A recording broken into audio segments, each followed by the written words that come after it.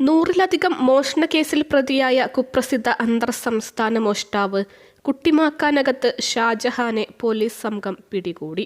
കൊടിഞ്ഞി, കുണ്ടൂർ, ചെറുമുക്ക് ഭാഗങ്ങളിൽ മുഖം മറച്ചും ഷർട്ട് ധരിക്കാതെയും കയ്യിൽ ആയുധവുമായി രാത്രികാലങ്ങളിൽ നടക്കുന്നതിൻ്റെ CCTV ദൃശ്യങ്ങൾ ലഭിച്ചിരുന്നു.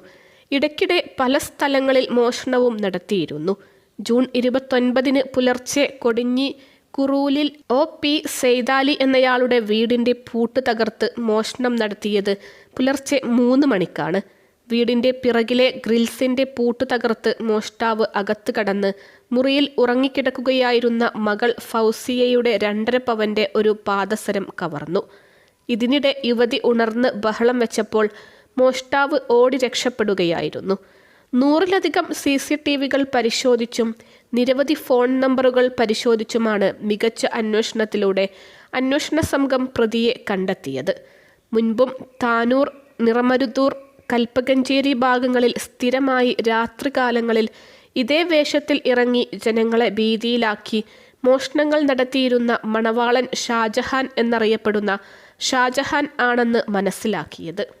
ചെറുപ്പം മുതൽ കളവ് തൊഴിലാക്കിയ ഷാജഹാന് കേരളത്തിൽ വിവിധ ജില്ലകളിലും കർണാടകം, തമിഴ്നാട് സംസ്ഥാനങ്ങളിലുമായി 100-ലധികം മോഷണ കേസുകൾ നിലവിലുണ്ട്.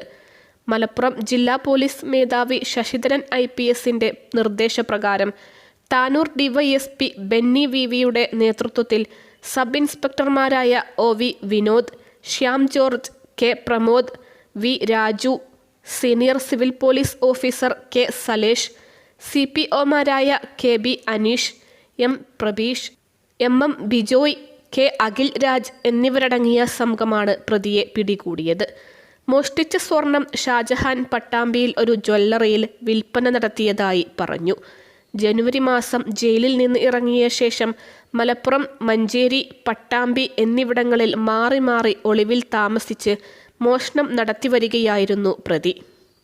അൽസലാമ ഐ ഹോസ്പിറ്റൽ 21 ലക്ഷത്തോളം സന്തുഷ്ടരായ ഉപഭോക്താക്കളും 2 ലക്ഷത്തോളം തിമിര ശസ്ത്രക്രിയകളും പൂർത്തിയാക്കിയ മലബാറിലെ ഏക കണ്ണാശുപത്രി. ലോകോത്തര നിലവാരമുള്ള ചികിത്സാ സംവിധാനങ്ങൾ, എല്ലാ നേത്രരോഗ ചികിത്സാ സൗകര്യങ്ങളും വിദഗ്ധരായ ഡോക്ടർമാരുടെ മേൽനോട്ടത്തിൽ. Al Salama eye hospital, hospital road, Perinthalmanna.